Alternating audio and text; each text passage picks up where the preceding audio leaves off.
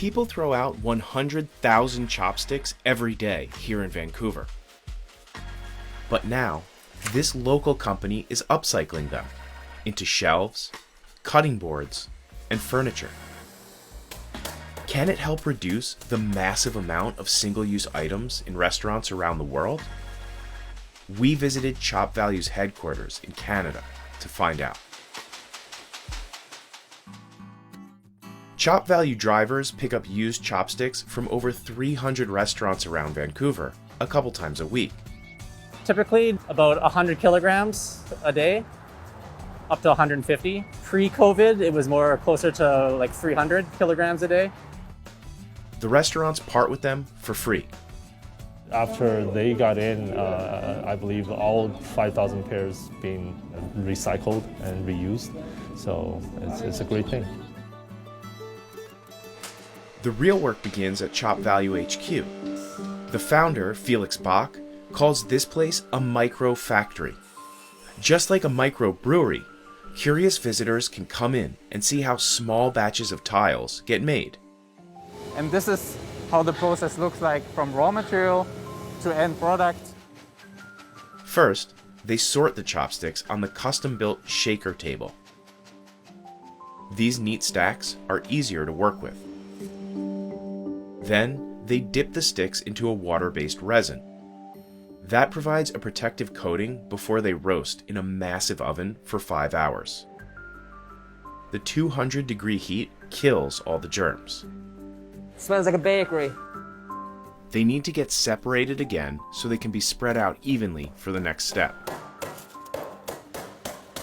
You can take your frustration out on the day inside here. They're weighed precisely. This batch will make Chop Value's thinnest tile. So about 560 grams. Then comes the big squeeze. A hydraulic machine, also invented by Bach's team, compresses the chopsticks with hundreds of pounds of pressure. The heart of the process that densifies like a cake, a mat of chopsticks into a new uniform engineered material, which is the base modular tile used for all of our end products. The tiles can be sanded and assembled into furniture, and also cut into smaller products like coasters or even domino pieces.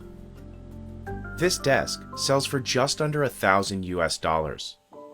That's about 3 times what you'd pay at IKEA, but comparable to the price of a desk made from solid wood.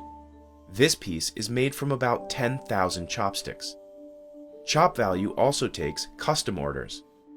We could do large countertops or boardroom tables or pretty much anything like that. Since 2016, the company has upcycled 33 million chopsticks that otherwise would have ended up in a landfill.